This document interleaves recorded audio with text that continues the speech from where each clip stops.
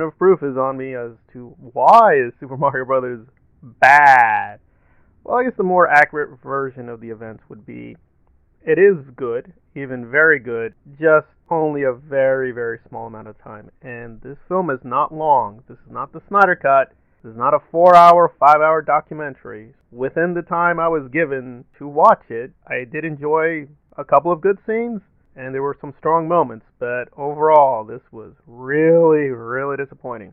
Now, let me state up front, this is definitely a kid's film, so if you are above 8 or 10, you're not going to be bored, but you're going to be a little frustrated after a while. Like, okay, is that it? We're just sticking to the very basics? And the answer is yes. This is a very, very basic film. And I have no prejudice against a film can be very simple. A film can have no plot. I'm very open-minded, but even by that standard, this thing is barely trying to do anything. It is really minimal filmmaking at its most worst and cynical. So I don't understand why people are being so easy on this, because it is dreadfully cynical in so many places. But there were good parts. Let me get to them. So the music was really, really strong. I was surprised how strong it was. So the music was amazing. Now I want to say the music in terms of the soundtrack, not licensed songs. They have a lot of licensed songs in this, and most of them were pretty pathetic and helpless, and there was really only one place that felt appropriate. So the licensed music didn't really help. It just felt really over the top and did not help the film at all. And of course, I'm saying the obvious, but Jack Black was very excellent. He stood out. I also liked Anna Taylor-Joy. I liked her as well. Charles Day a little bit, but really they could have switched anyone for Luigi. As for the other voice acting, the best you can say is if you pay attention, it will be annoying, but if you don't care, you'll be like, alright, whatever. Chris Pratt seems to be doing this weird hyper voice that does not help. He doesn't sound Italian. He doesn't sound like Mario. He doesn't sound like any version of Mario. He just, why? So I know people are being nice to him, and I don't dislike him, but yeah, he was such a bad choice for Mario. So the voice acting was alright for the most part, and the plot, such as it is fine. It's simple. They have to help the princess. The princess tries to work with the Donkey Kong people, stop the bad guys, and that's about it. So in terms of plot cohesion, it is very simple. ABC. I will say, though, the ending was stronger than I expected. So it does end strongly, and there are maybe 4 or 5 really good scenes. If you look at the ratio, if there's about, I don't know, like technically 33 scenes in all, only 4 or 5 were really good, then you do the math. It's just a lot of time waiting for the next thing to happen, to get to the next thing, to get to the next thing. And don't even think about plot holes or contrivances, because there are so many contrivances. And at one point, it just seems like Donkey Kong and Mario are going to win, and out of nowhere, the bad guys just have more and more power, and they just forestall the ending. So it just seemed kind of pathetic and all over the place.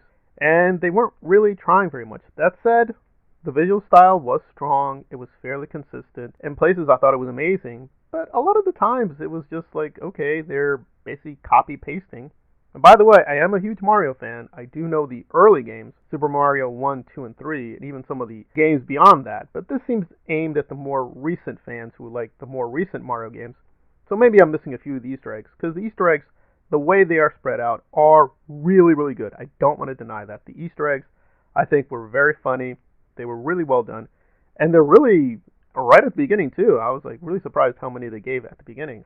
Overall, there were good aspects, but again, as a film, as a story, or even as a plot, this is really, really minimal. I mean, it's just not a lot of help here what the characters are wanting to do, aside from they need to get back their confidence, and I guess the bad guys want to control stuff.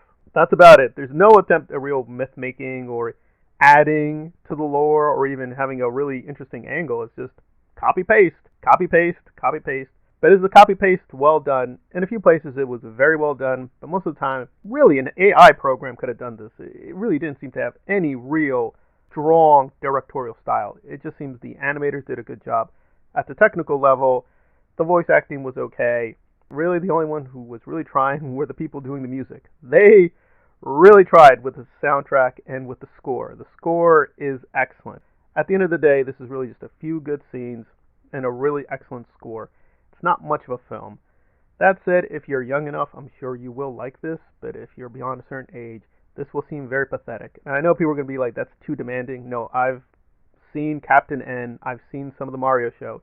And the Mario show, I think, is getting a little overrated, just like the Mario film before this was getting overhated.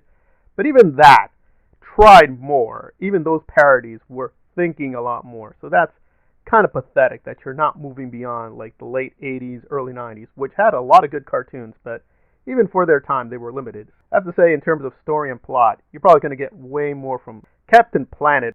Pathetically very minimal and simple. So if you're okay with that kind of filmmaking, then this is for you. If you're not, then yeah, I'm going to have to give this a very severe, but I think fair 5.5 out of 10.